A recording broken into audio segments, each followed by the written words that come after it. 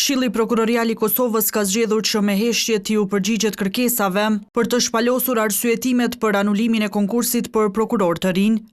KPK-ja javë më parë ka anuluar konkursin për prokuror të rinj duke mos dhënë asnjë shpjegim për këtë. Grupi i kandidatëve që ishin në fund të finalizimit të këtij procesi po thonë se KPK-ja nuk ju është përgjigjur ende. Në momentin që do të kemi një përgjigje me shkrim nga KPK, të gjithë kandidatët së bashku do të ndërmarrin hapat konkret nëpër të gjitha institucionet kompetente vendore dhe ndërkombëtare lidhur me këtë çështje.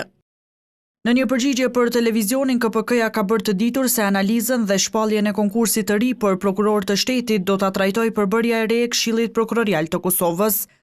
Sipas avokatit Ardian Bajraktari, anulimi i konkursit është si rezultat i polarizimeve mes anëtarëve të KPK-s.